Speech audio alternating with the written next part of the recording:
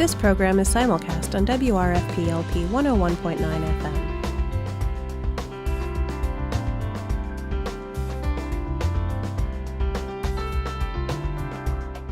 Is everybody ready? Should we get started at 7? Yeah, come in front if you would like. Small group, there may be other people that come in, but I'm Liska Giese. I worked as a facilitator for the task force, and we're going to talk about that task force a little bit today. Our plan for the evening is to really talk through what happened at the task force that was asked for by the City Council after initial introduction of a public good order ordinance. I will do some basic introductions. Chad Hoyard with the police department is going to talk a little bit about the problems that were identified that started the discussion. I'll share a little bit about the task force, and then Janessa Stromberg, who's assistant city attorney, will talk about the ordinance that has been drafted that will go forward to City Council next week.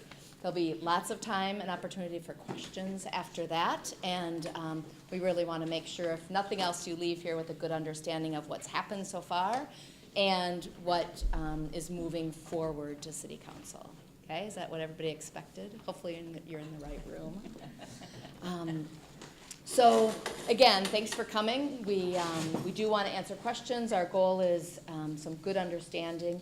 The process did start back in March, and I'll be walking a bit through that. Next week, there's a City Council meeting. So again, our hope is that you gain a little bit more understanding, and if you're interested, participate at City Council. But I'm going to ask Chad to talk a little bit about the why of this discussion and share some information. There's also in front of you, if you haven't seen it, there's a one-page overview that's got a little bit of data on it as well.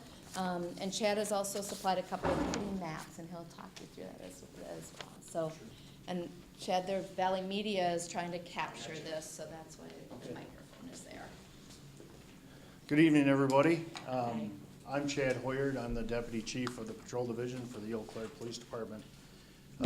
Excessive intoxication isn't anything new in this community. It's been an issue that we have been dealing with in Eau Claire for many, many years. But over the last couple of years, we have been trying to do some proactive type things within our community to try to address this excessive intoxication. It's our numbers in Eau Claire, case numbers are rising when we're talking about excessive intoxication, and we're getting nationally known as being a very intoxicated city. And so how do we change a culture within our community? And it's tough to do.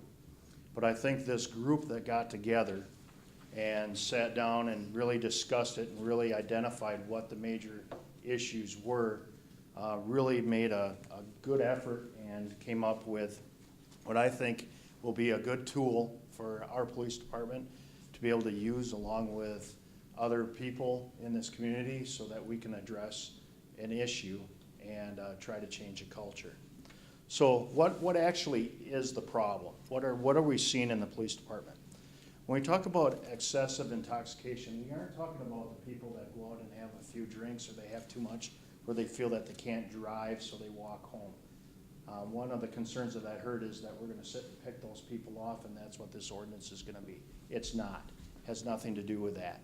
What it has to do with somebody that they're so excessively intoxicated, they're not to the point of being detoxed, because we have that too, where people drink so much that they may pass out. But we also have where there's excessive intoxication where they might be vomiting, they may pass out in alleys. We found people that in the wintertime laying in a snowbank. We've had people that have been wandering around in different neighborhoods, knocking on doors because they can't find their way home. We've had people that actually have walked into people's houses where they don't belong, and they've actually fallen asleep on their couch. In fact, this last year we had somebody that urinated in somebody's kitchen and they thought they were in their house. Those are issues and concerns that we have heard from the community and we're trying to address. And what our plan is that with this ordinance, some of these things, maybe we can be proactive And instead of reacting to those types of things and getting a call and there's already then a victim, maybe we can identify some of these things and catch them ahead of time and deal with them. And this isn't something that we're just gonna go out and write a bunch of tickets. That is not the idea behind this. We're trying to change a culture, and writing tickets doesn't change cultures. So I think one of the things that we're looking at with this is to have a diversion program so that we can address the main issue, and that is excessive intoxication. And it can be both alcohol and drugs, right? We're seeing a lot of drugs in this community also. But I think with a diversion program, we're getting to the root cause of what is causing this, and it is the excessive intoxication. So those are the things that we want to focus on within the Eau Claire Police Department. And I want to make it clear that this isn't just some small area within the city of Eau Claire. There's some handouts back there that I put out there that there's one that actually shows intoxicated persons on that handout, and you can kind of see that it's a hot map. And what that does is that tells us from the beginning of January until I think that was probably almost a month ago now. That tells you all the reports that we've taken where there are intoxicated people in the city of Eau Claire. You can tell that it's all over in the city. There's some higher areas within the city, but it is a community problem. The other one that was out there is a map, and that shows all the drugs in the city. And that it isn't a specific drug, but it's a drug that it's all the drugs put together. So, you know, it could be meth, it can be heroin, it can be some other drugs that we got out there, marijuana, all those different drugs. But if I had a map for you on there that showed all the alcohol contacts, it would be a lot more spots than the ones with the drugs. So I can answer some questions, or you want to do that at the end? Yeah, why don't we Okay. do it at the end? So, All right. So again, one of the first things that was identified was that there was an actual problem in the community, and data supported that, and Chad just talked about it. I'm gonna walk through the task force. So those of you that have not been involved from the get-go, I'll take you back to March. In March, there was an ordinance presented to City Council that was called the Public Good Order Ordinance, along with some additional language around busing in Eau Claire related to transportation of people into neighborhoods. And that ordinance stopped at the City Council floor, and the request by City Council was to move forward what they called a Neighborhood Safety and Relations Task Force. The reasoning behind that was to really get people around the table to talk a little bit more about the problem and potential solutions related to alcohol and other drug use in the community. So in March 13th, there was a pause with the ordinance that had originally been proposed, and the task force started meeting. There were 6 meetings, and I'll orient you with this handout, which is kind of a summary of what happened. Again, City Council resolution created the task force. Members attended 6 meetings over 3 months, and there are some of those people that did come to those meetings and really put a lot of time and effort and energy into tough conversations. On the right-hand side of that handout, it talks about all the different groups that participated. So it was a really diverse set of stakeholders that came around the table. And in some instances, people that didn't necessarily have the same idea about what the problem was, nor what the potential solution should be. So really credit to the group that agreed to keep staying around the table and keep talking. Those 6 meetings were broken up into a series of conversations. The first conversation was, do we really have a problem in Eau Claire? And really we couldn't say, let's work on a solution if we couldn't agree that there was a problem. So Chad just described really part of the data that was looked at. We did a lot of sharing around the room about, do we think there's a problem? Do we think it's a community problem? Is it a specific population problem? What is really going on? Very strong commitment from the group that this is not about a certain age group. This is not about a certain neighborhood. This is really about the community as a whole, and we have to address it that way. The following meetings really identified what could all the potential solutions be. So there is a document that I can share with you if you want the details, but it's also available online, that went through all kinds of brainstorm strategies. So people sat around tables and came up with ideas. What are some policy strategies? How can we change either policy or ordinance? How can we work on education? How can we work on community entities that could make a difference locally in doing something different? Maybe UW-Eau Claire or the taverns or somebody else really choosing to operate differently. That long list of strategies still exists, and the intention is to use it. And at the end of our discussions in those 6 meetings, 4 strategies really bubbled up to the top in addition to the ordinance that will go forward to City Council. So while we're not going to talk a lot about all of those other details, there are other things that people really wanted to work on, and that will hopefully move forward to other community partners.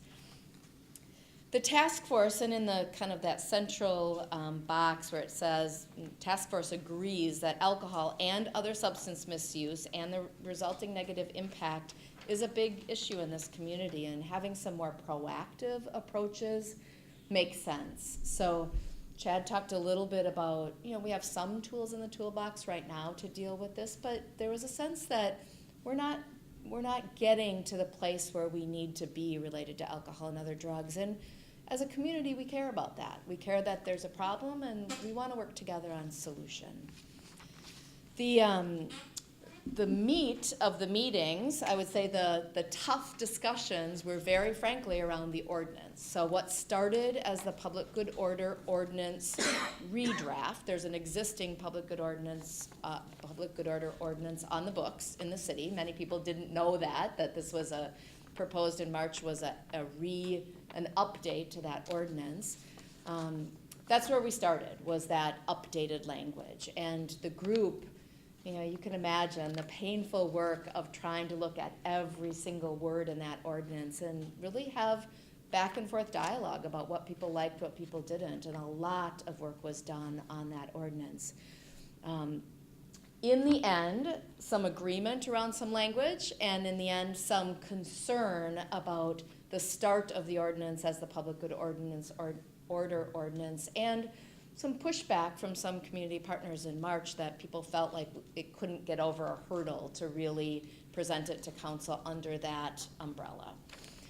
So what's coming forward to council now, next week, is proposed changes to city ordinance identified at the bottom of that page, and the ordinance language that has been put together really was crafted by the task force, but is now called public excessive intoxication and would sit in a different place in city code, and physical neighborhood disruption.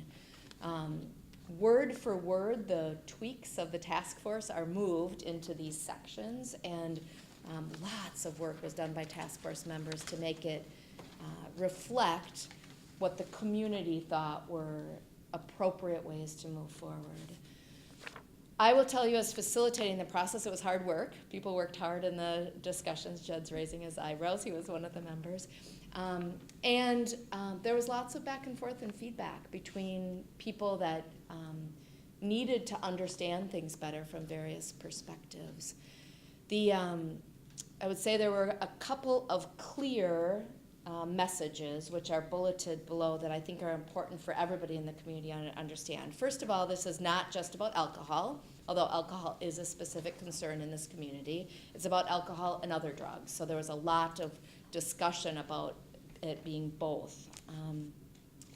There was also a lot of discussion that, again, as Chad said, that people are not, this is not about just being demonstrably intoxicated, either from alcohol or other drugs, but also have behavior that's likely to cause harm. And then really a lot of discussion about this being a community issue again, and not just a neighborhood issue. So Janessa can walk through some specifics of the ordinance and how it's coming forward. You have that ordinance itself in front of you as she talks through it. And then after that, we'll open it up for questions. The task force really was put together for just a very time-limited amount of time to really look at what's the problem and could this solution move forward. They also committed, many of them were people that came from different organizations and groups, and they committed to keep working on the issue. So I think that's also something notable in this community, that there will be more happening related to the concerns that were expressed. So I think I'll turn it over to Janessa to walk through the ordinance itself. Okay. All right, so as Liska said, my name is Janessa Stromberger. I'm an assistant city attorney for the city of Eau Claire. And so let me tell you just a few reasons why the version in front of you is what's going back to city council. So first of all, it's specific to the problem of excessive alcohol consumption and the misuse of drugs. So the two sections that are really primary in this ordinance are first called public excessive intoxication, and then there's a section that's also called community nuisance. So the advantage of having a specific ordinance like this is that it allows us to put in place what's called a diversion program. How that works, if you're not familiar with the criminal justice system, if somebody gets a ticket for a public excessive intoxication violation, they have the option, if it's their first offense, to enter a program. They have to pay to take a class, maybe some community services involved, some sort of self-reflection. It'll depend on the provider that they go to, exactly what that class consists of. And then if they complete all the program requirements, then their ticket can be dismissed. And then so they're not paying a ticket. They're hopefully getting valuable information and treatment from the diversion program that they're attending. And hopefully that avoids further alcohol issues for them in the future. Then the second reason I want to draw your attention to for this ordinance is that it's proactive. It lets the police, like Chad was saying, lets the police contact somebody before anything more significant comes to happen to either that person, to someone else that they may have contact with. So it lets engagement occur with the police officer before a harm comes to someone.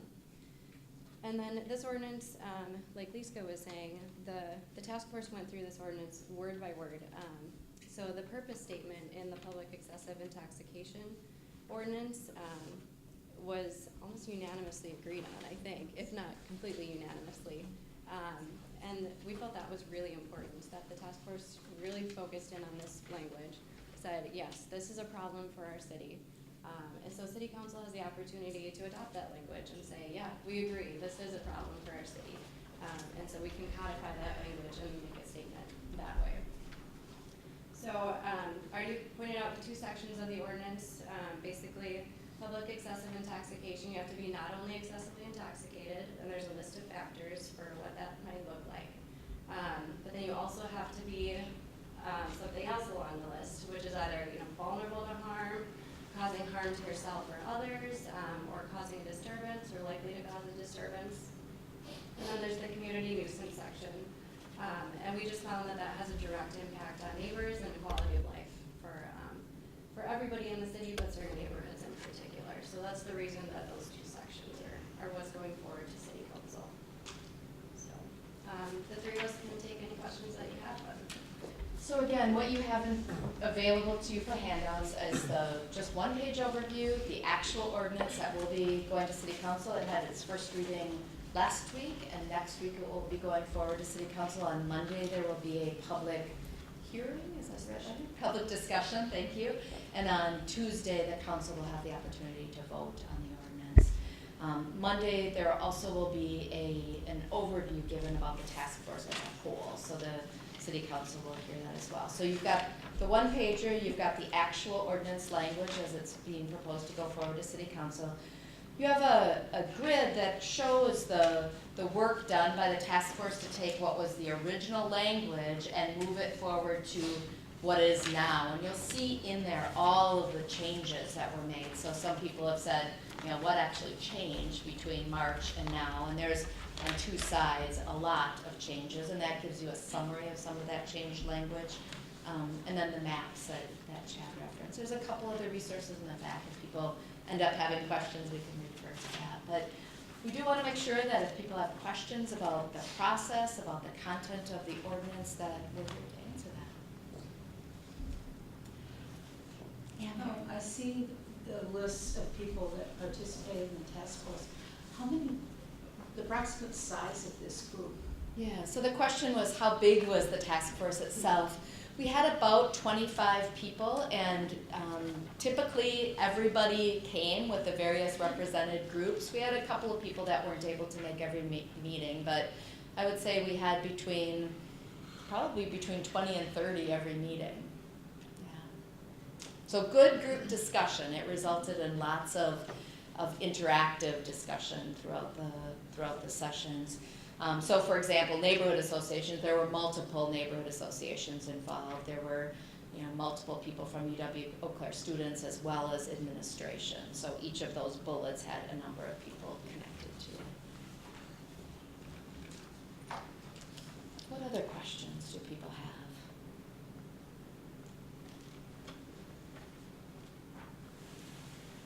Yeah. I don't know if this is something that can actually be answered right now, but what is it looking like will be the vote on Tuesday? So the question was, what will be the vote on Tuesday? I don't think we know. I think that the council was very interested in having a broader community conversation. Since the end of the task force meetings at the end of July, there has been public sessions with 2 different neighborhood associations, UW-Eau Claire Student Senate, the Tavern League, and this session, to really bring the information out to people, to answer questions. Each of those neighborhood associations, the Student Senate, and the Tavern League have all voiced agreement that this is one strategy. Again, it's not a magic bullet, but it's one strategy to help support the problem that has been identified. So, and we're anticipating that feedback would be provided to the council. And I know the council is interested in seeing that this is something that is supported in the community. But I can't predict what council members will say. La Crosse just had their Oktoberfest last weekend. Do you know if La Crosse has any rules or anything similar to these laws? Speak to that. La Crosse does, they do have a public intoxication ordinance on the books. We borrowed some of their language, not all. There are a number of cities across the state that has language that we took bits and pieces from to create this one.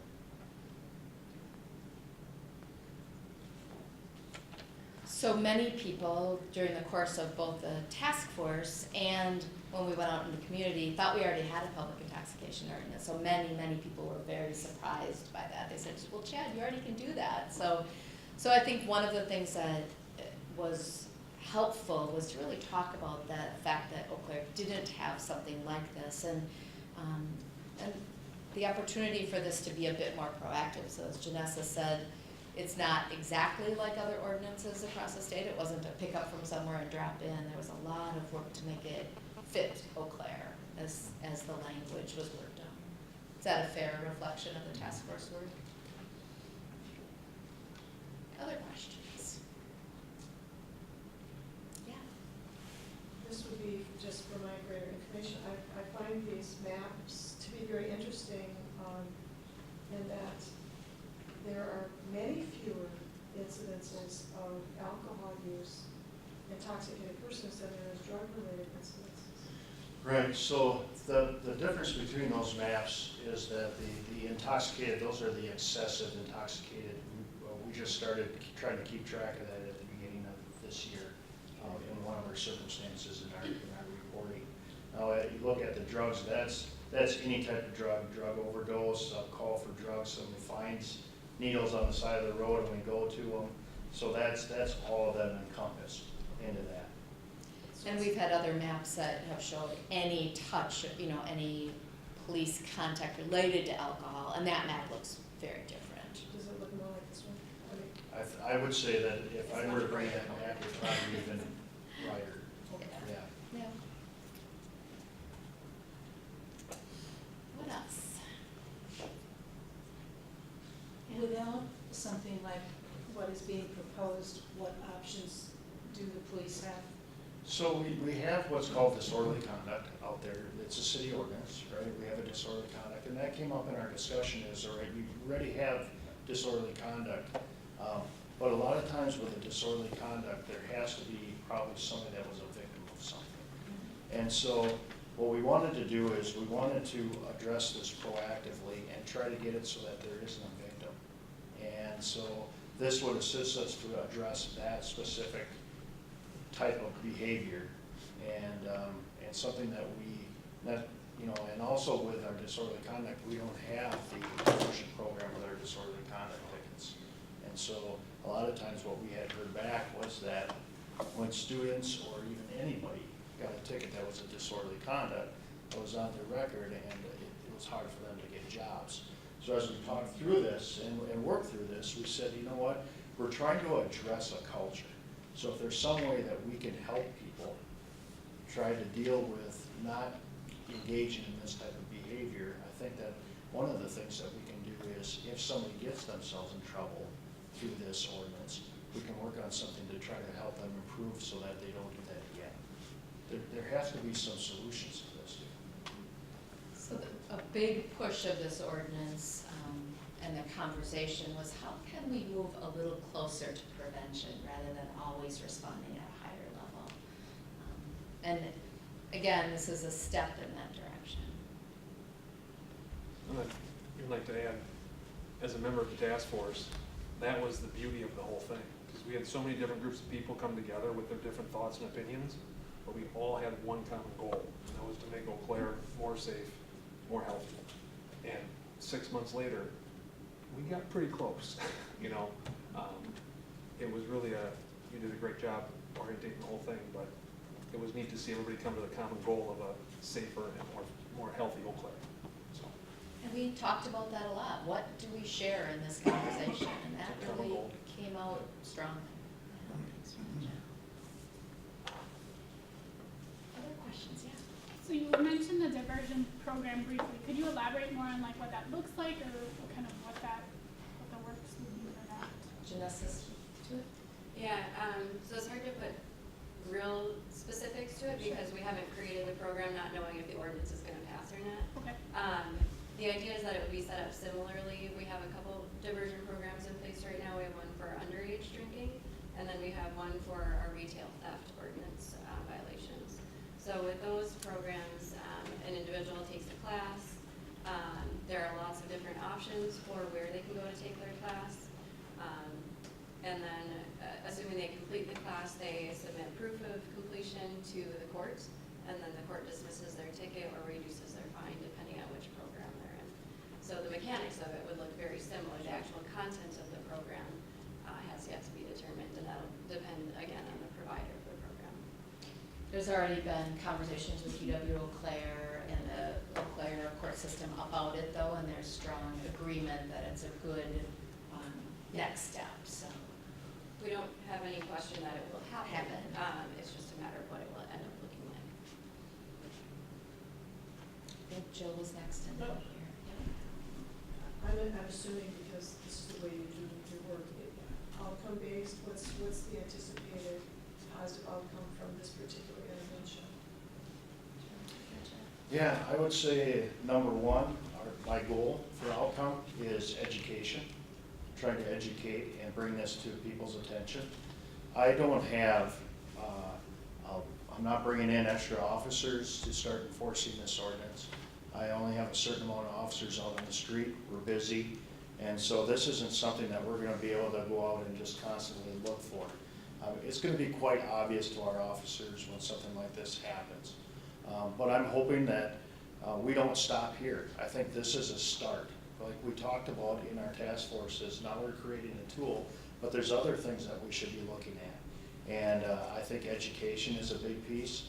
I think people understanding what our community expects, those expectations also when people come in and visit our community, there's some expectations of how you behave and what the community will tolerate. And so those are things that I think we still need to proceed on and get better at. I think we need to just continue to grow from here, but I think education is a huge piece. We'll be tracking all the data points that we've already talked about, and hopefully again this will have some impact.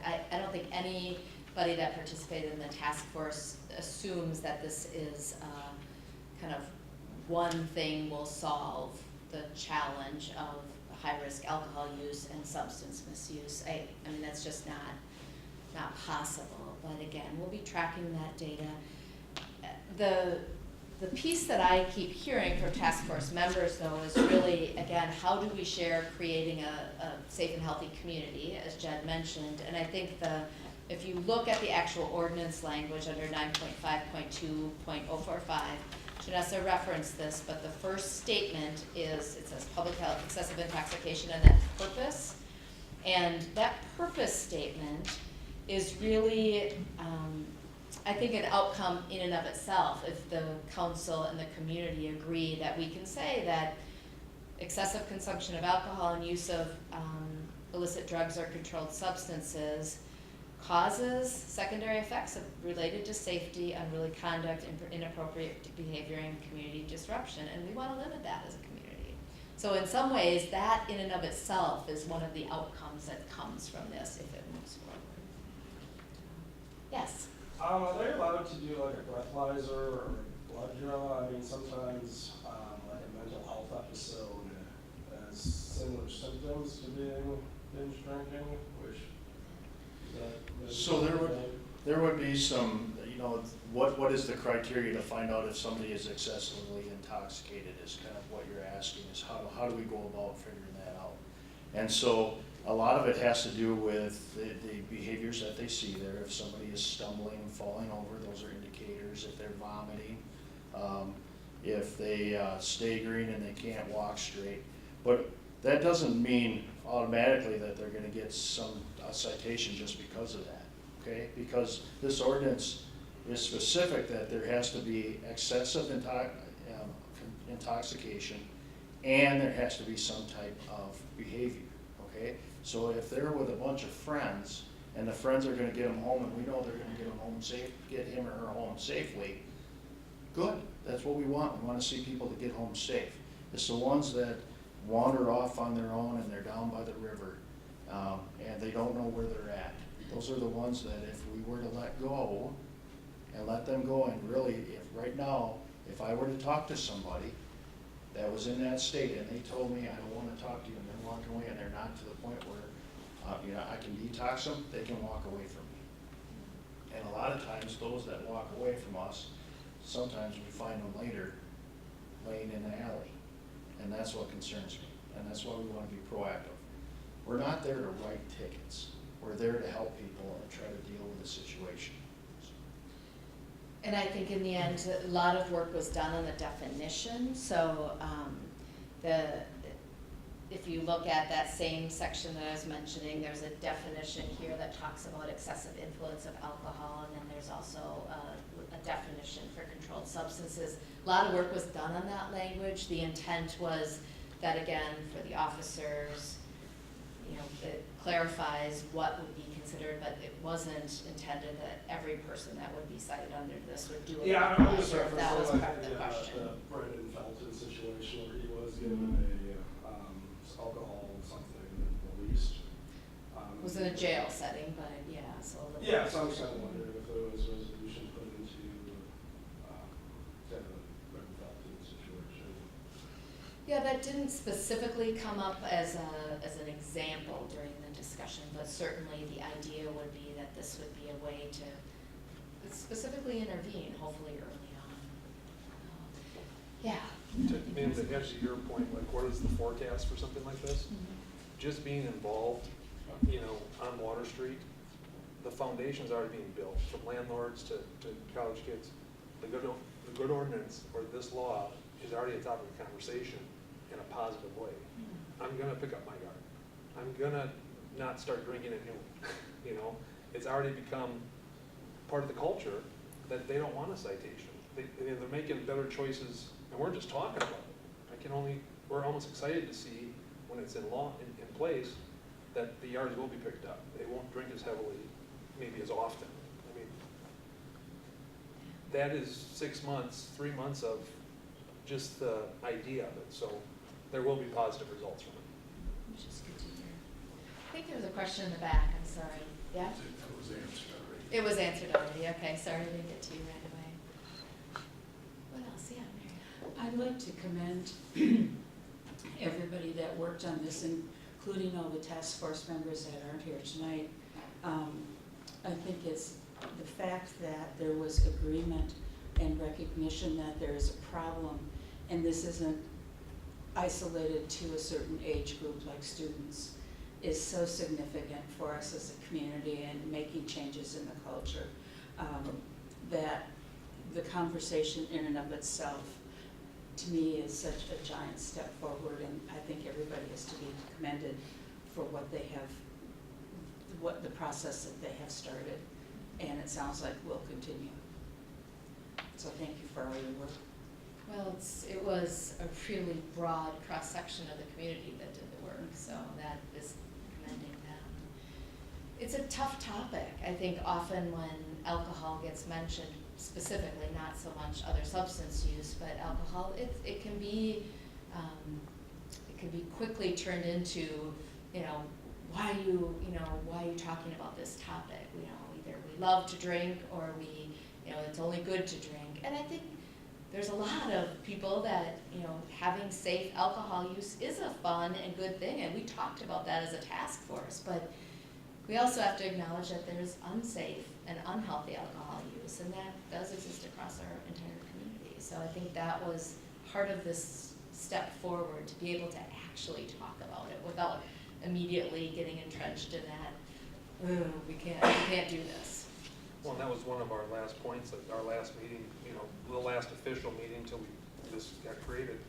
I think somebody said that's why we live here, because we can all come together in a great community and result be something that's better for all of us, from PD to the city to Tavern League to whoever it may be. So thank you, but it was neat to be part of it and all have the right goal in mind.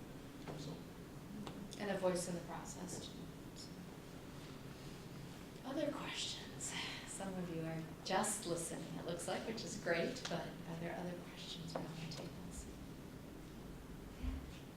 You've mentioned this, referred to it more than once, so I'll just ask Dennis, what's the likelihood that this task force will continue in some form, and what were some of those things that you thought were likely that might come next? Yeah, of all the strategies that were prioritized, that there were 4 that bubbled up, and I'm going to not be able to quote them, but the one that was of most interest to the task force to say we need to have continued work on was really related to safe rides in this community, to make sure that we had strategies in place so that anybody that was not safe to get home, either walking or biking or driving, had a way to get home. So that was a prioritized strategy, but there are a number of them.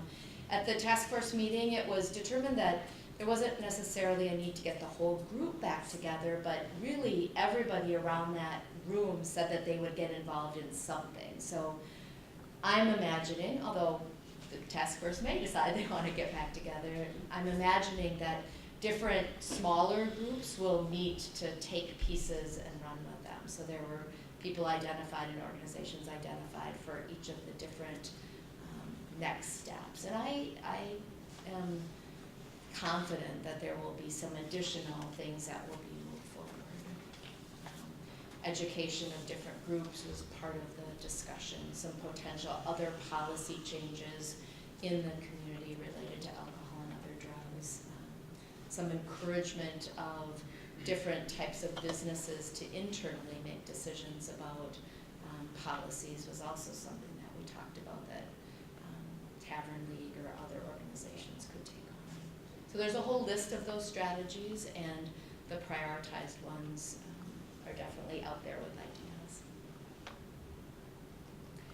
I don't think any one organization is going to solve it either, so it's going to take a variety of people moving that forward. So yeah. One of the concerns before was that the original proposal seemed to kind of target certain areas or neighborhoods. Is this now just a citywide? Yeah, so the question was that some of the original concerns that were proposed were given to the council was that this was targeting certain neighborhoods, certain areas of the community. And you will see in the ordinance language, there is nothing that says, in fact, a very deliberate and careful look at, there's no neighborhood word, I don't think, there's no, I mean, it was very carefully looked at to say, no, this is really a community problem. And you see that on the summary overview, but in the ordinance language itself, it does not identify any specific neighborhood or population. It really was, this is a community issue, and no matter where you are in the community, we want people to be safe and healthy with their alcohol use, and we don't want negative consequences from alcohol or other drug use. Yeah.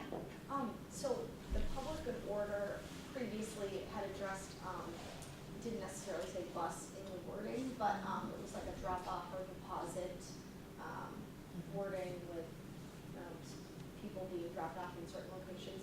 Is that now just off the table with the? Yeah, the original proposal in March had ordinance changes related to public good order ordinance, and it was actually a different section of ordinance that dealt with transportation that did include some drop-off and pick-up arrangements in certain neighborhoods. And that is not going forward to council now, with the intent that, again, a smaller group look really at safe rides, including that kind of transportation issue. So the decision was made that to let that sit for a little bit and to talk through with the group to see what are the real transportation needs and how do those best move forward. So what's coming forward in next week does not have any transportation section.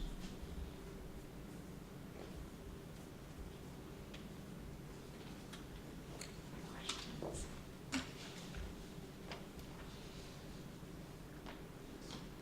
So I would encourage people to come to City Council if they'd like next week. That's 7 p.m. on Monday is the public discussion of the task force and of the ordinance proposals. On Tuesday at 4 o'clock, City Council will deliberate and make a decision about the ordinance itself. And certainly people are welcome to come to that and hear that discussion directly. If there are questions about any of the task force work or the content, there is a link at the bottom of the one-pager that is a city website that has some additional information on it. You can certainly send a message to the city and it'll get to one of the three of us to respond to as well if you've got any additional questions. Yeah. Just looking over some of these stats, I know Eau Claire is going to be the pioneer when it comes to an ordinance like this. Are other municipalities in the area thinking about taking on this ordinance? You know, if it's other cities inside the county, because I see some county stats here. Has anybody talked to them about other boards or? I don't think so. Okay. I haven't heard any discussions, but I'm guessing that those probably will be coming forward Yeah. after. Yeah. Good. happens with this. Yeah, it's a good question. So other municipalities within the county. Certainly most of our data, besides the police department data, is county level data. Absolutely. Did I see another question? No. All right, we'll stay if you have individual questions afterwards, but thank you very much for coming. We appreciate it.